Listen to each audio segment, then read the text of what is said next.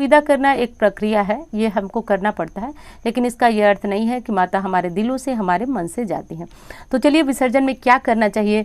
नारियल को आप क्या करेंगे, कलश को आप क्या करेंगे, कलश के नीचे का जो अनाज होता है उसका क्या करेंगे, कपड़े का क्या करेंगे, माता की चुन्नी, फोटो, सारी चीज़ों का क्या करेंगे, एक एक करके वो चीज़ें जानेंगे। यदि आपने खेती वगैरह उगाया हुआ है तो उसका क्या करेंगे, संपूर्ण विधि जानेंगे। सर्वप्रथम आप जानिए कि आपने जो भी फल फूल वगैरह चढ़ाया है, सबसे पहले आप उन्हें उठा लें, क्योंकि जो भी आपने माँ को भोग लगाया है सर्वप्रथम आप उन्हें उठा लें। चौकी क्योंकि आज उठाना है तो आज ये चीज़ हटा लें आप।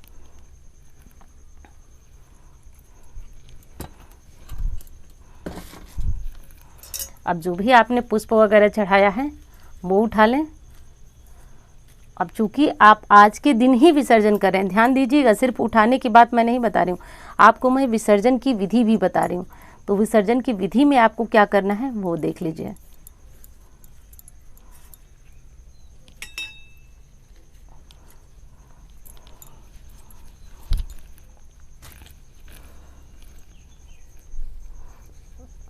एक चीज़ का ध्यान रखिएगा दोस्तों, बहुत सारे लोग विसर्जन के समय एक गलती करते हैं, कलश को यूं ही नहीं हटाया जाता है। कलश को हटाने से पहले हमेशा देवी देवताओं को, जिनको हमने आवाहन किया, आवाहन का मतलब जिनको बुलाया हुआ, इसी तरह तो हम उनको भगा नहीं सकते, इसलिए वो चीज़ भी एक क्रम के अनुसार होती है।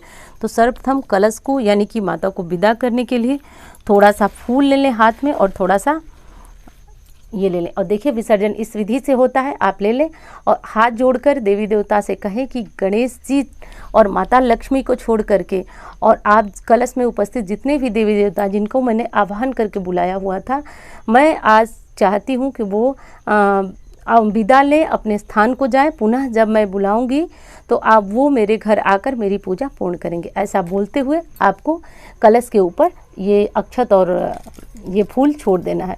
यदि मूर्ति आपने मिट्टी की लाई है, विसर्जन करना है, तो मूर्ति के ऊपर जो भी मूर्ति है विसर्जन करना है तो उनके ऊपर भी चावल छोड़ेंगे, नहीं तो विसर्जन का चावल मूर्ति के ऊपर नहीं छोड़ना है, सिर्फ कलश के ऊपर छोड़ेंगे। उसके बाद आपको कलश को इस तरह हिला देना है। अब कलश आप आज उठा सकते हैं, कल उठा सकते हैं, क्योंकि हिलाने से विसर्जन माना जाता है, कलश डुलाना भी इसको बोलते हैं। अब कलश के नारियल का क्या करें, बड़ा मतभेद रहता है। तो नारियल में आपने देखिए, आपने देवी देवताओं का आह्वान किया था, बुलाया था आपने नारियल में, तो नारियल में ही 9 दिनों तक माता का वास माना जाता है। तो उस नारियल को कभी भी तोड़ा नहीं जाता है, खाया नहीं जाता है, माता का स्वरूप मानकर विसर्जन वाली जो चीज़ें होती हैं जैसे फूल वगैरह होते हैं उनके साथ हम उनका विसर्जन करेंगे। अब कटोरी में यदि आपने अनाज इस प्रकार रखा हुआ है तो अनाज का क्या करेंगे। तो अनाज को अब आपको क्या करना है कि ये रख देना है, क्योंकि ज़्यादा है, एक दिन तो आप इतना पक्षियों को डाल नहीं सकते, एक दिन डालना चाहें तो डाल सकते हैं। तो ये चीज़ जो है आप पक्षियों को डालेंगे, कहीं भी, बाहर भी और छत पे भी। जो ये पल्लव है ये भी विसर्जन के साथ जाएगा, हवन सामग्री वगैरह के साथ जाएगा। और कलश में जो भी चीज़ें आपने डाली थी वो चीज़ आप लक्ष्मी स्वरूपा मानकर अपने घर में रख लेंगे, क्योंकि दोस्तों कहा जाता है कि 9 दिनों में तक देवी देवताओं का इसमें आवाहन रहता है, लेकिन इसलिए ये चीज़ें अभिमंत्रित हो जाती हैं। तो इनको किसी पीले कपड़े में, लाल कपड़े में बांध करके और आप अपनी तिजोरी में रखिए, बहुत बरकत होती है। लेकिन उससे पहले पानी को थोड़ा सा सुखा लीजिए, क्योंकि पानी इस तरह से रहेगा तो कपड़े में जाएगा, फिर चीज़ें खराब होंगी। तो इसको थोड़ा सुखा लीजिए और इसको कभी भी दान मत कीजिए, ये सारी चीज़ें अपने घर रखिए। बहुत ज़्यादा सिक्के हो जाते हैं पूजा वाले तो एक जगह पे रखते जाइए, तब उनको दान कर दिए, लेकिन तुरंत दान मत कीजिए। तो इस तरह इन चीज़ों को खुद के पास रखना है, ध्यान रखिए। अब कलश का पानी आप कलश उठाने के बाद घर में पूरे ऐसे करके डाल सकते हैं, या फिर आम का एक पल्लव ले लीजिए, आम का एक पल्लव ले लीजिए और ऐसे करके चारों तरफ अपने घर में छिड़कते जाइए। मंदिर से शुरुआत करना है आपको और चारों तरफ जो है इसको छिड़कते जाना है। तो कलश के जल का, जब ये जल बच जाए तो तुलसी में मत डालिएगा, बाकी किसी जो है वो गमले में डालिएगा, तुलसी में मत डालिएगा। अब बारी आती है गौरी गणेश की। तो गौरी गणेश को कभी विसर्जित नहीं किया जाता है, इनको हम कुछ दिन अपने घर में रखते हैं। तुलसी के गमले के अलावा घर में कोई भी पवित्र जगह हो तो इनको रख देते हैं, जैसे 15 दिन, महीने दिन बाद जो है हम इनको विसर्जित कर सकते हैं।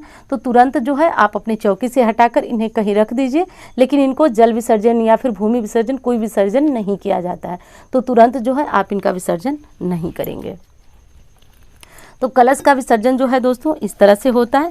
अब नीचे जो चावल था वो क्या करेंगे आप, नीचे का चावल भी आप उठा लेंगे और इसको पक्षियों को दे सकते हैं, या फिर जो आपके यहाँ पुरोहित जी आते हैं पाठ कराने, पूजा कराने, हवन जप कराने, उन्हें भी आप दान कर सकते हैं। तो दोनों ही चीज़ें श्रेष्ठ हैं, आप दोनों में से जो करना चाहें कर सकते हैं। इस तरह से जो है चावल को आप उठा लीजिए अच्छी तरह से, और उनको भी दे सकते हैं, पक्षियों को भी दे सकते हैं।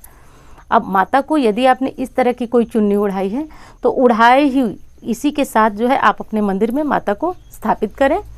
और यदि आपने कोई साड़ी चढ़ाई है तो आप चाहें तो किसी को दान भी दे सकते हैं, और चाहें आप तो इस तरह से आप उस साड़ी को खुद भी पहन सकती हैं।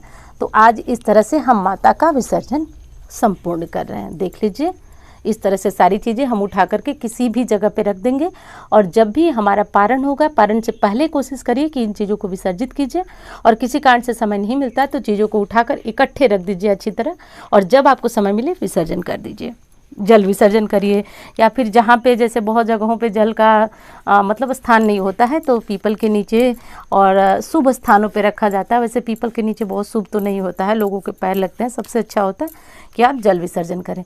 तो इस तरह से करिए। माता का ये आसन है, इसको आप बाद में भी साफ करके किसी भी पूजा में इस्तेमाल कर सकती हैं। बाकी ये घंटी, लोटे वगैरह ये सब तो आप इस्तेमाल करेंगे।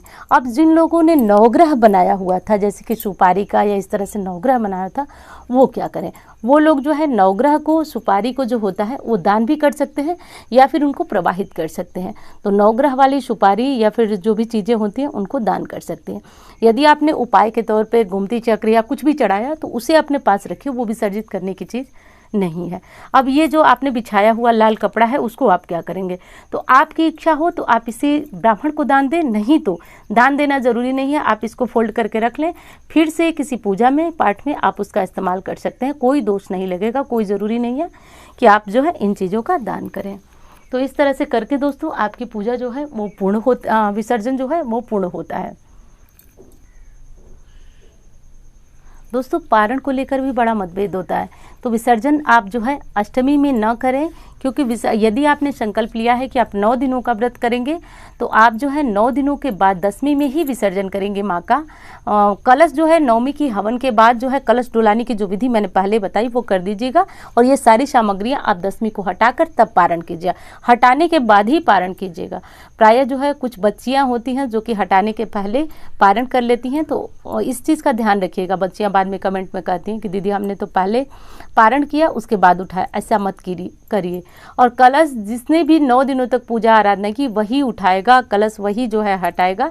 यदि पंडित जी आते हैं तो वो तो विधि आपसे करा ही देंगे, और नहीं आते हैं तो आप खुद उठाइएगा, क्योंकि कलश उठाने का भी, विसर्जन का भी अपना एक अलग महत्व होता है। तो पारण से पहले कम से कम ये चीज़ें अपने स्थान पे रख दीजिएगा, ये चीज़ कर दीजिएगा।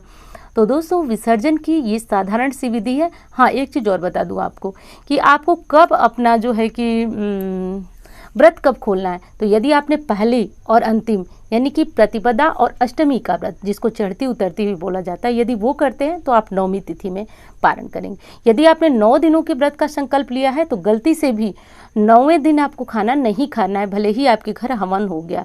आपने ये कहा है माँ से कि आप नवरात्रि का व्रत करेंगे, तो 9 रात्रियों का व्रत आपको रखना ही रखना है। 10वीं तिथि में ही आप इस प्रकार विसर्जन करके आप अपना पारण कर सकते हैं। तो दोस्तों इस चीज़ का बस ध्यान रखिएगा। और जो माता को हमने स्नान वगैरह कराने के लिए तो प्रतिदिन हम पानी बदलते हैं, उस पानी को भी आप उठा करके किसी गमले में डालिएगा। ध्यान रखिएगा माता की पूजा का जो भी जल वगैरह होता है तुलसी में नहीं जाता है, क्योंकि आप जानते हैं कि तुलसी में क्यों नहीं जाता है, तो ये चीज़ ध्यान रखिएगा। और पूजा विसर्जन का इस तरह से ध्यान आपको रखिएगा। षोडश मातृका नवग्रह जो भी आपने सुपारी से बनाया है वो भी आप दान कर सकते हैं या फिर प्रवाहित कर दें। तो इस तरह से बस। हाँ, एक चीज़ और मैं बताना भूल गई कि यदि आपने जवारे रखे हैं तो उनका क्या करें। जवारे आप चाहें तो किसी भी गमले में, अपने घर के गमले में लगा सकते हैं, या फिर पीपल के नीचे, या जल प्रवाहित कर दें। जल प्रवाहित करने से 2 फायदे होते हैं। एक तो आपकी जो है कि राहु केतु सही होते हैं, क्योंकि वो जो होता है उसको मछलियाँ खाकर तृप्त होती हैं, तो उससे जो है आपके राहु केतु तृप्त होते हैं और आपको बहुत ज़्यादा अच्छा फल मिलता है, मतलब धन संबंधी लाभ होता है। तो कोशिश करें जल विसर्जन करें, जो आपने खेतरी जवारे जो लगाए हुए हैं इस तरह से करें। तो बस ये साधारण सी विसर्जन की विधि थी दोस्तों। और कैसी लगी बताइएगा ज़रूर। अच्छी लगती है तो लाइक ज़रूर किया करें। मेहनत तभी सफल होती है जब आपकी लाइक आते हैं, आपके कमेंट आते हैं, तो बहुत अच्छा लगता है कि नहीं हमने कुछ भी अच्छा किया किसी के लिए, तो ये चीज़ बहुत अच्छी रही। तो चलिए मिलते हैं उसी तरह की वीडियो के साथ। धन्यवाद।